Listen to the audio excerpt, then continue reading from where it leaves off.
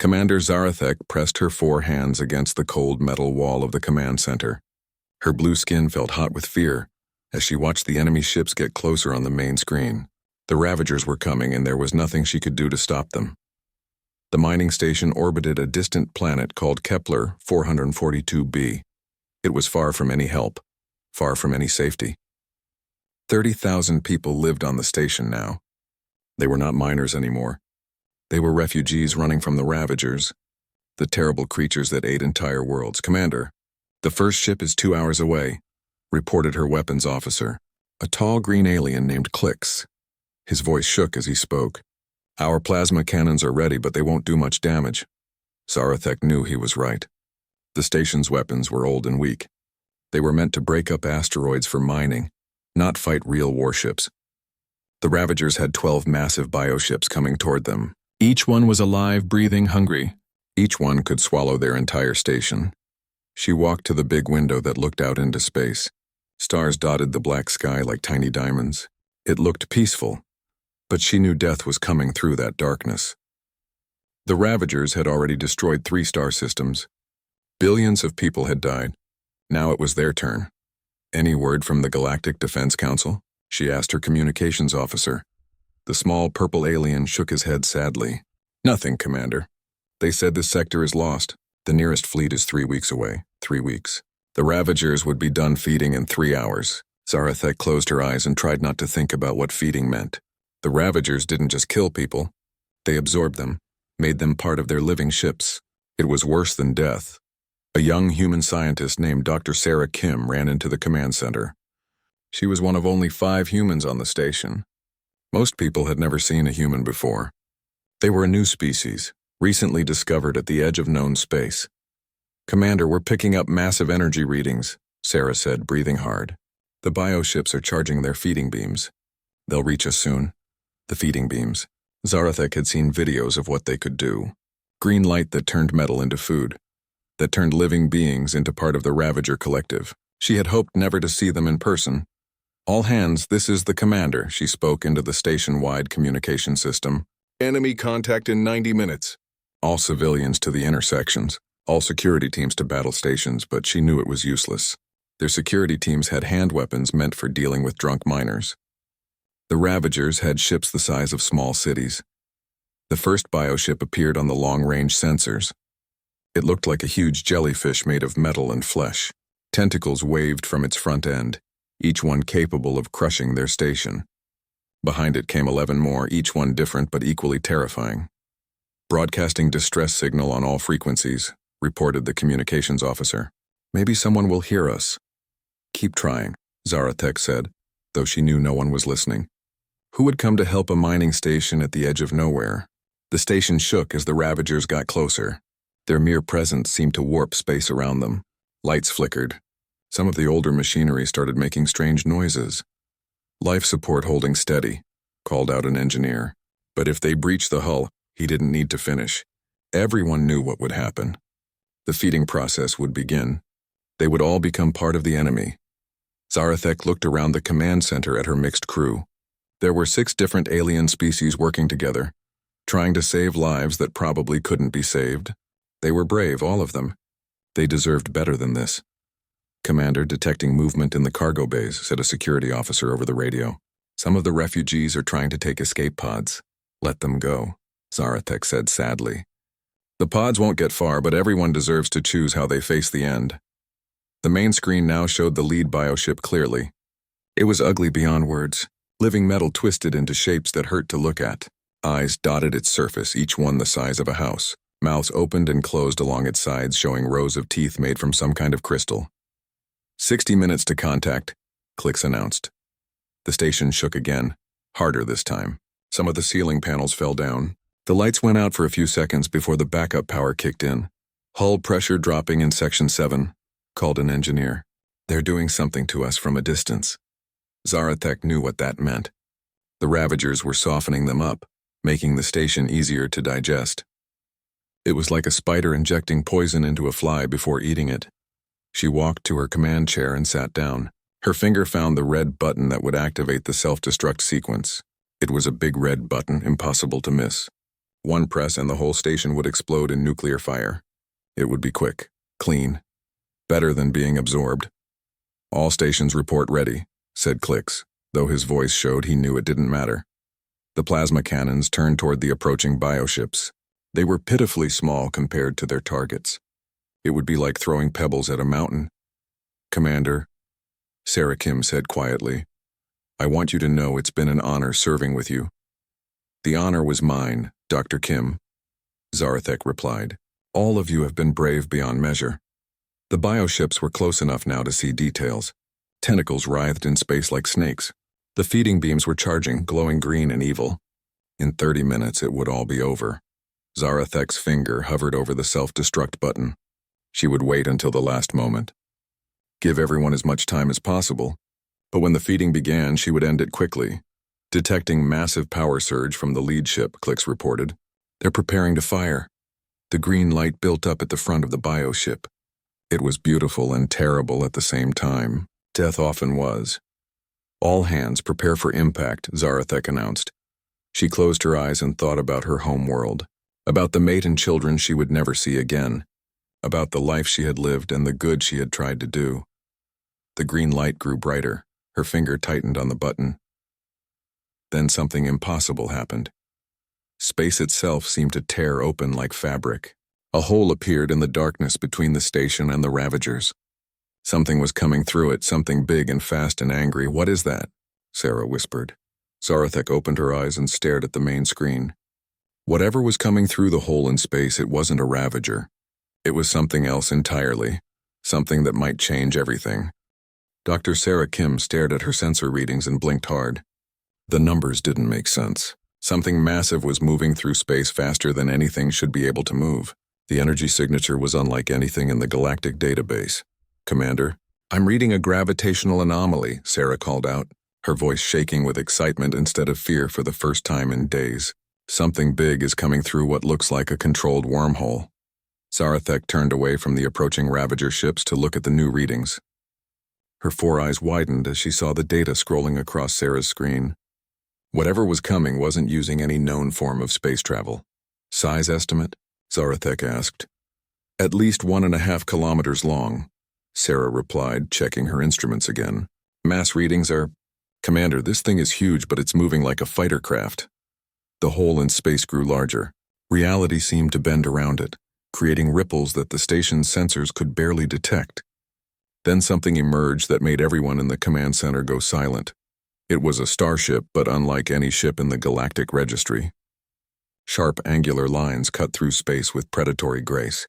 The hull was dark gray with strange geometric patterns that seemed to absorb their sensor scans. Weapon ports dotted its surface like the eyes of a hunting animal.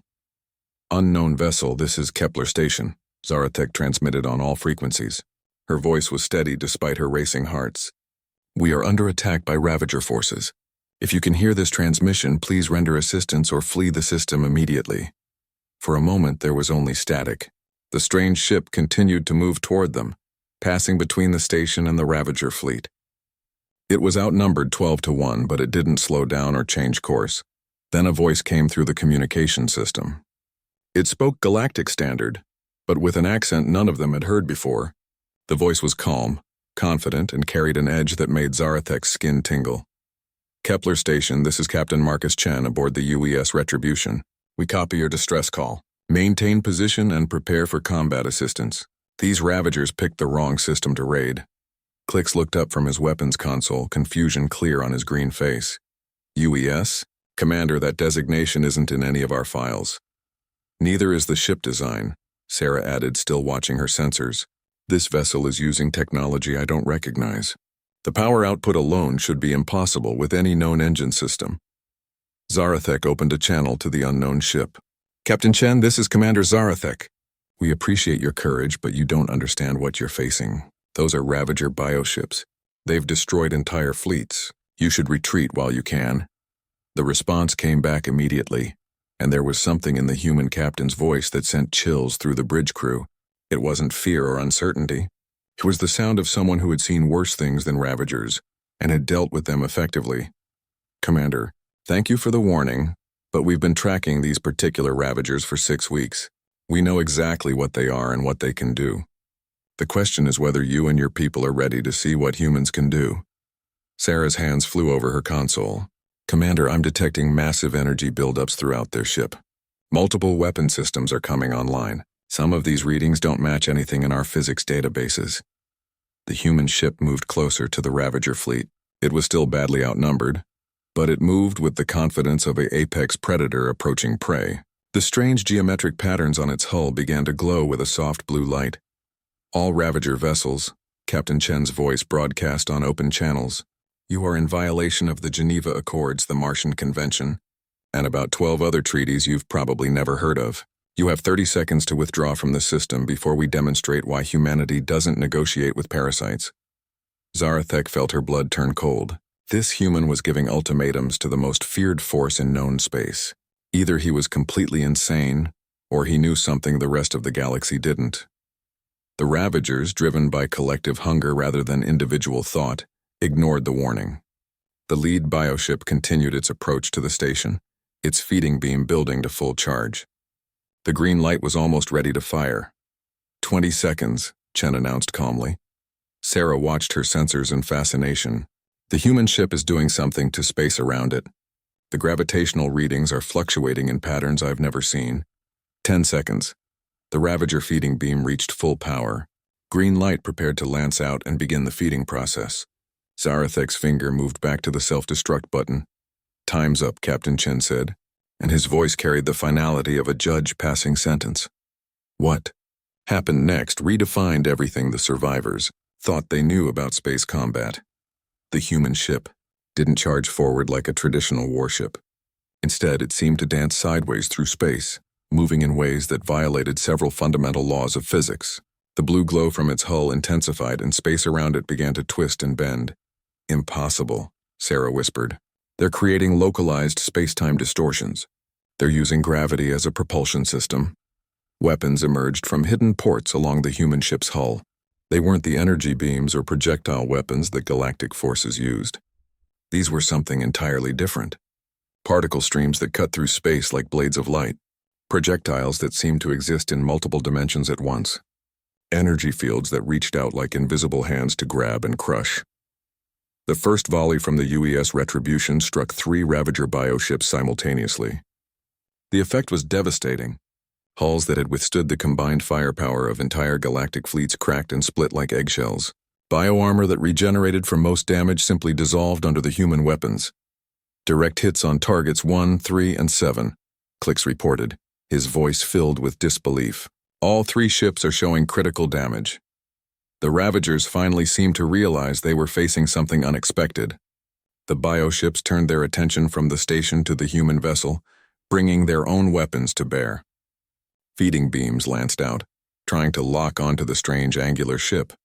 But the Retribution wasn't where the beams expected it to be. It moved through space like a dancer, each movement calculated and precise. Every time a Ravager weapon fired, the human ship was already somewhere else. "How are they moving like that?" Sarah demanded, staring at readings that made no sense. "They're changing velocity without acceleration.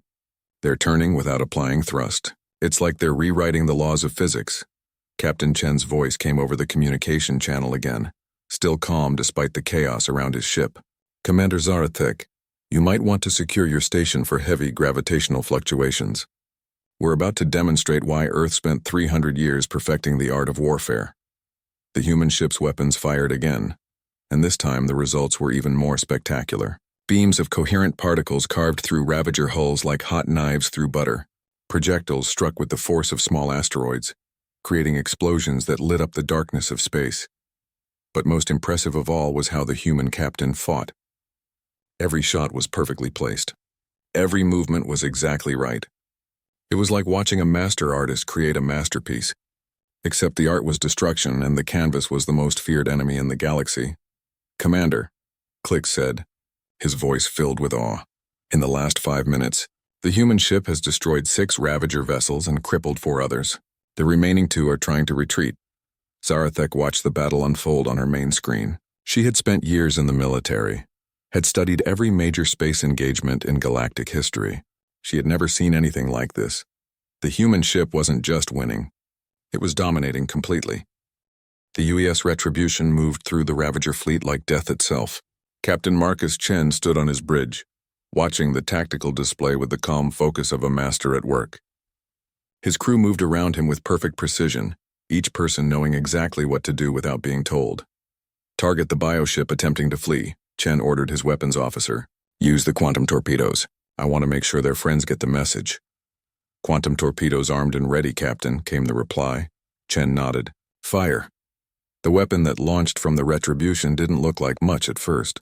A small silvery object that moved at half the speed of light, but as it approached the fleeing Ravager ship, space around it began to shimmer and bend. On Kepler Station, Sarah Kim watched her sensors with growing amazement. Commander, that projectile is existing in multiple dimensions simultaneously. It's phasing in and out of normal spacetime. The quantum torpedo struck the bioship in the center of its hull. For a moment, nothing seemed to happen. Then the entire vessel began to fold in on itself like a piece of paper being crumpled up. The Ravager ship collapsed into a point of light and vanished. What just happened? Zarathek asked, staring at the empty space where a massive bioship had been seconds before. Dimensional implosion, Sarah said, reading from her instruments. They somehow caused the ship to collapse into its own center point. It's gone. Not destroyed, just gone. The remaining Ravager ships seemed to realize they were facing something far beyond their understanding. The bioships that could still move began to retreat, their feeding beams powering down as they tried to escape. But Captain Chen wasn't finished with them. Launch the kinetic kill vehicles, he ordered. I want every Ravager in this system eliminated. No survivors, no escapees. What launched from the Retribution looked like simple metal rods, each one about the size of a telephone pole. They didn't have engines or guidance systems that showed up on sensors. They just accelerated to incredible speeds and flew straight toward their targets. Those projectiles are moving at 12% of light speed, Klix reported from his weapons station. How is that possible without any visible propulsion? The kinetic kill vehicles struck the fleeing bioships with devastating effect. Each rod hit with the force of a nuclear explosion, but without the radiation or heat. The impacts were pure kinetic energy, turning the massive alien vessels into expanding clouds of debris. In 17 minutes, the battle was over. 12 Ravager bioships had been reduced to floating wreckage. Not one human weapon had missed its target. Not one Ravager attack had found its mark. The UES Retribution hung in space among the debris field, its weapons powering down, but its hull still glowing with that strange blue light.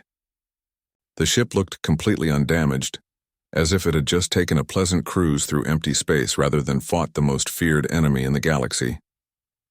Kepler Station. This is Captain Chen, came the familiar voice over the communication system. Immediate threat has been neutralized. Request permission to dock and offer medical assistance.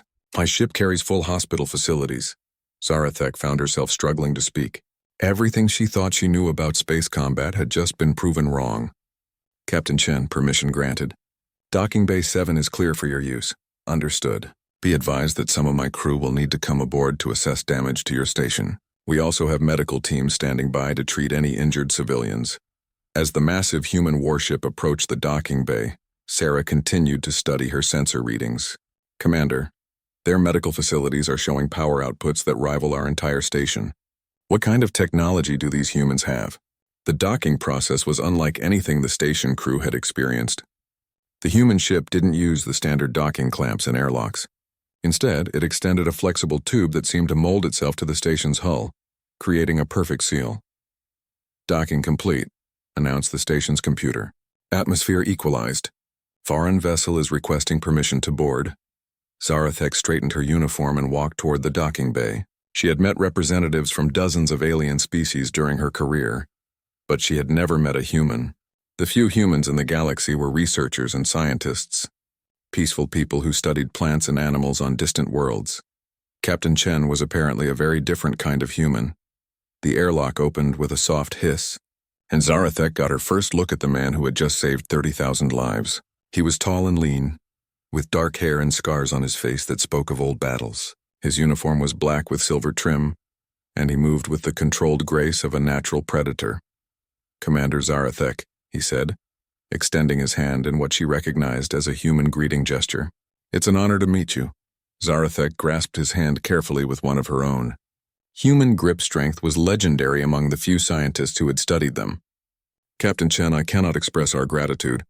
You saved us all. Just doing our job, Chen replied with a slight smile.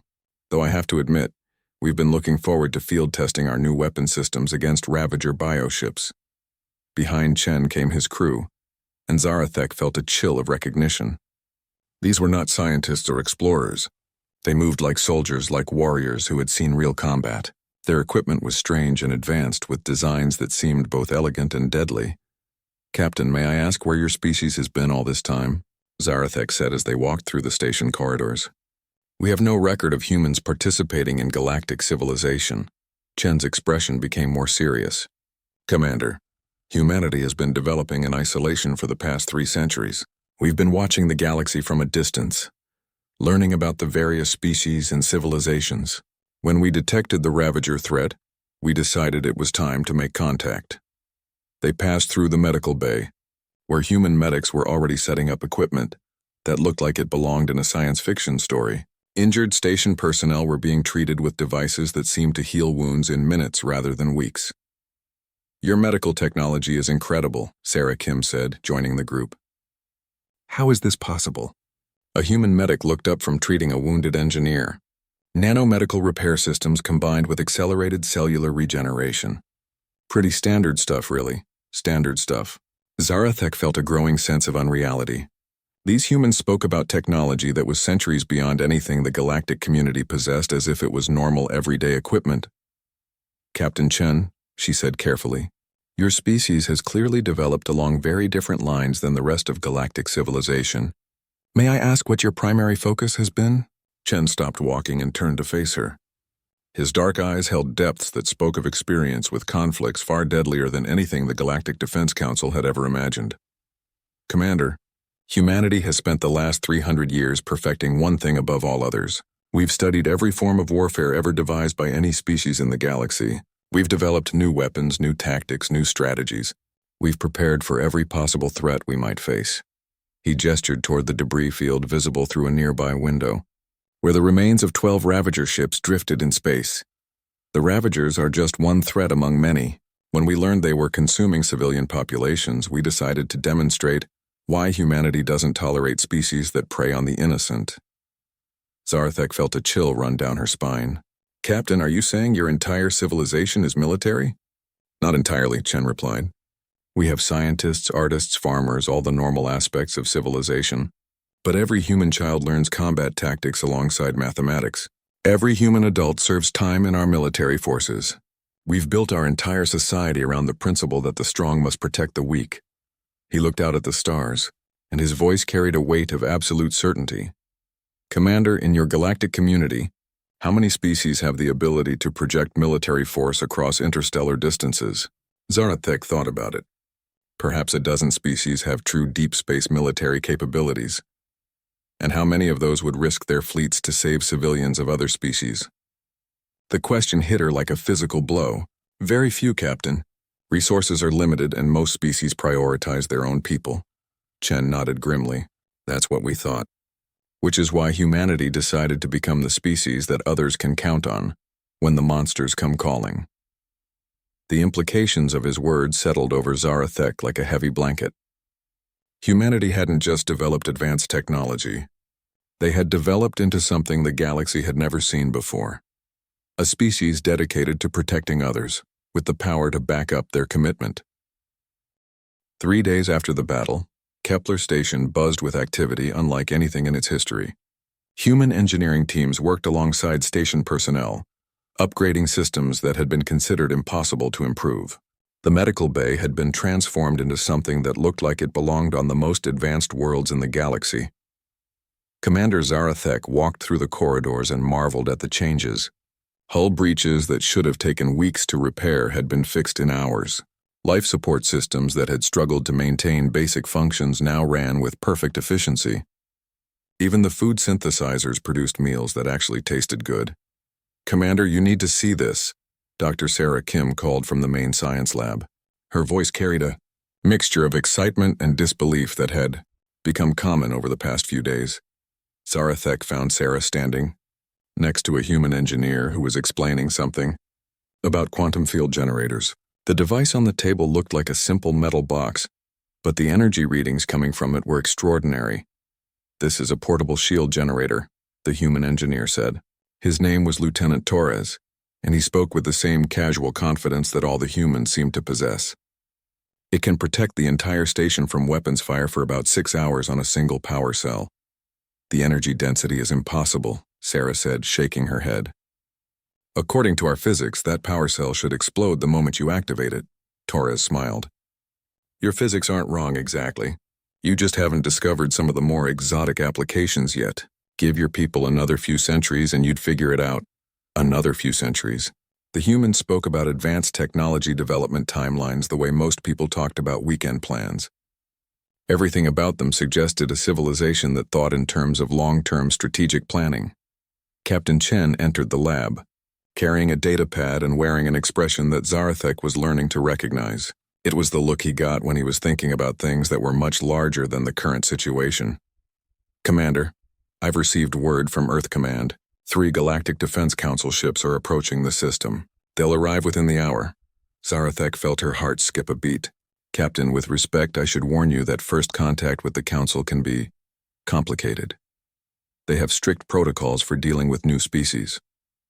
Chen's smile was not entirely friendly. "I'm sure they do. The question is whether their protocols account for meeting a species that just eliminated a threat they couldn't handle." Within the hour, 3 sleek council ships dropped out of hyperspace and approached Kepler Station. They were impressive vessels, representing the best technology that the galactic community had developed over thousands of years. Next to the human warship, they looked like toys. "Kepler Station, this is Admiral Vextar of the Galactic Defense Council. We have come to investigate reports of an unknown vessel engaging Ravager forces. Please respond immediately." Zarathek opened a communication channel. "Admiral, this is Commander Zarathek. The reports are accurate. The human vessel UES Retribution eliminated 12 Ravager bioships 3 days ago." There was a long pause before the Admiral responded. "Commander, did you say human vessel?"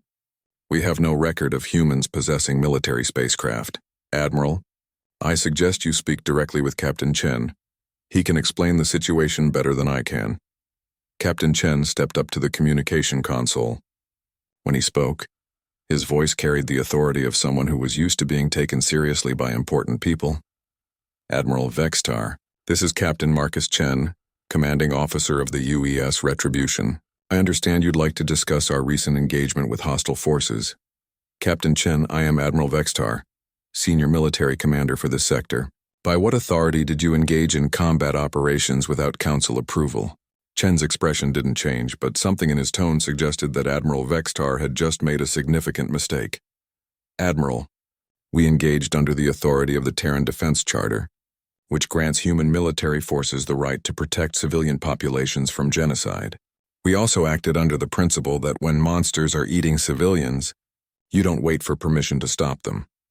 The Terran Defense Charter is not recognized by the Galactic Council."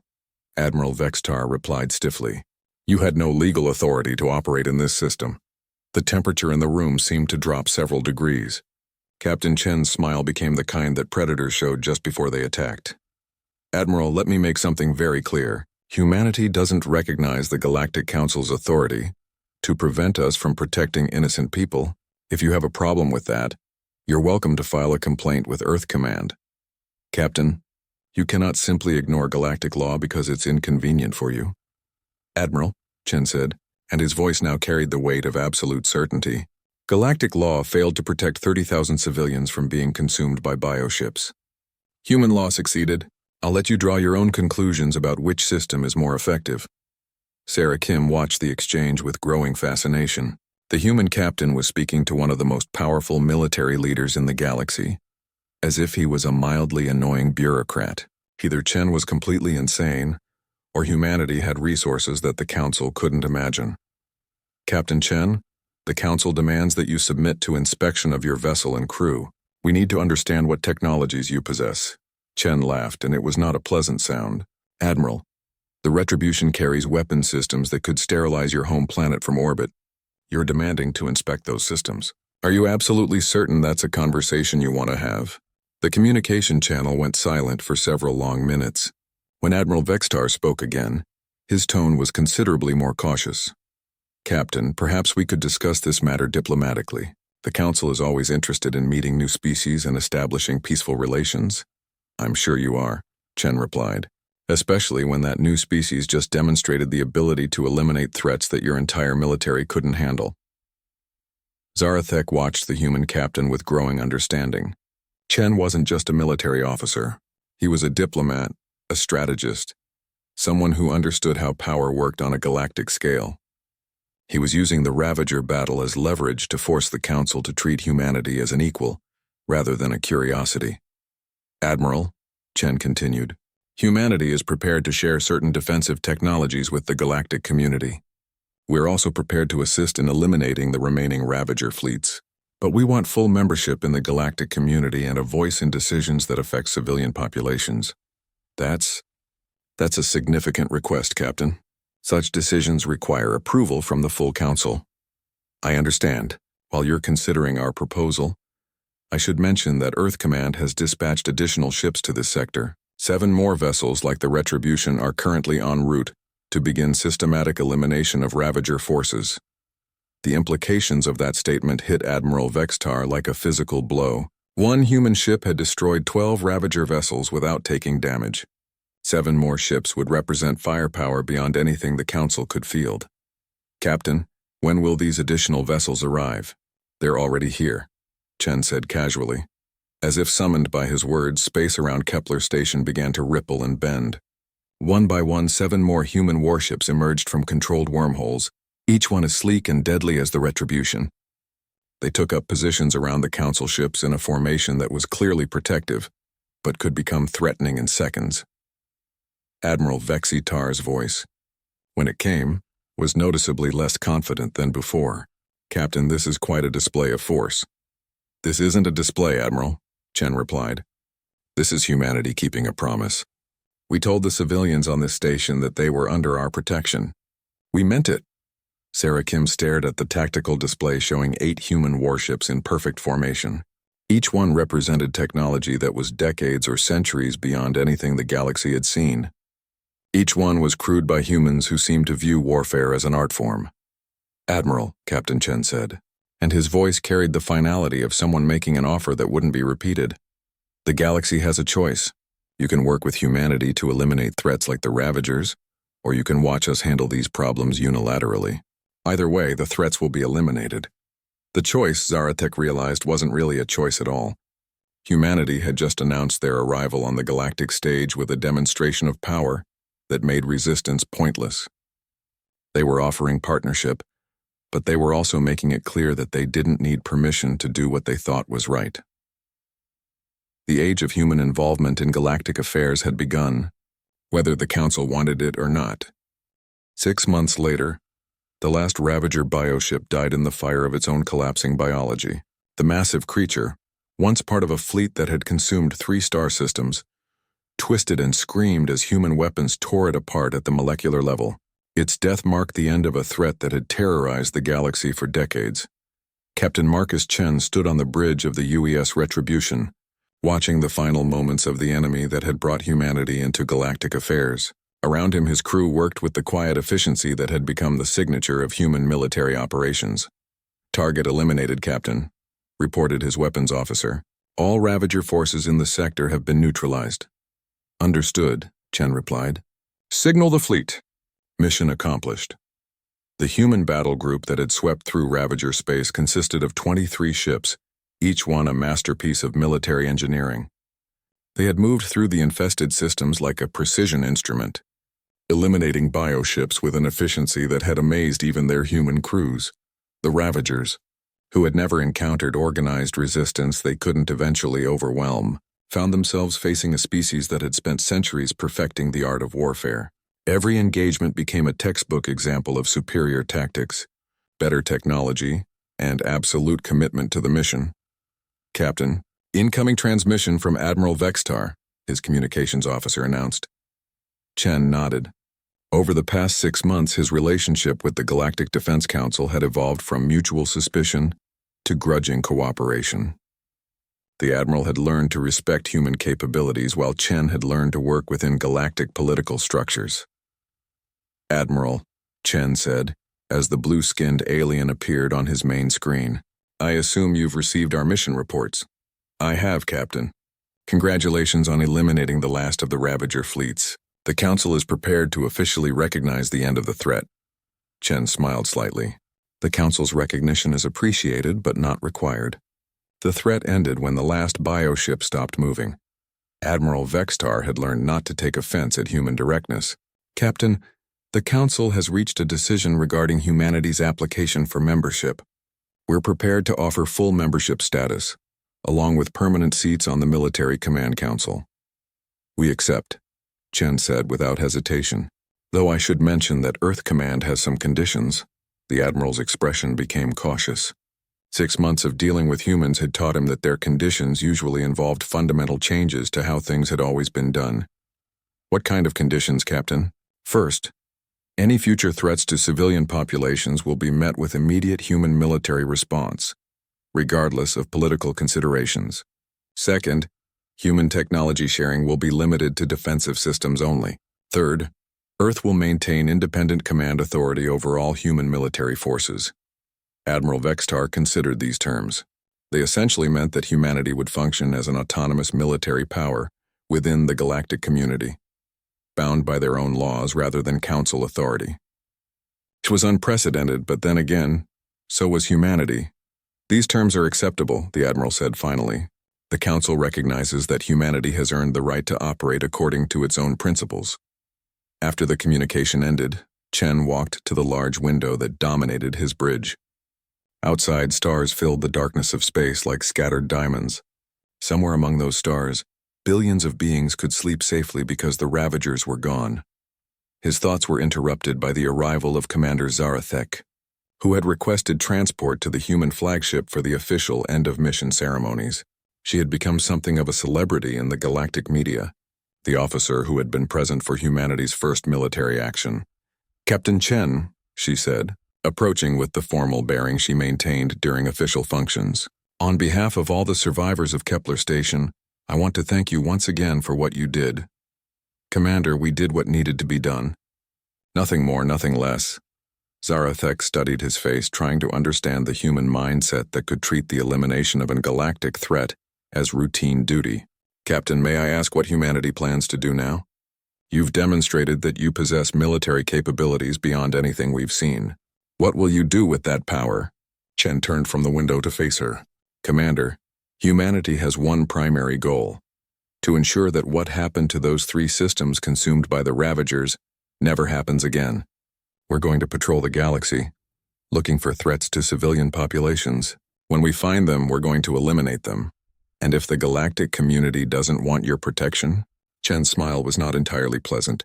"Commander, we're not asking for permission. We're not seeking approval or validation. We're informing the galaxy that certain behaviors will no longer be tolerated." The implications of his words settled over Zarathek like a heavy blanket.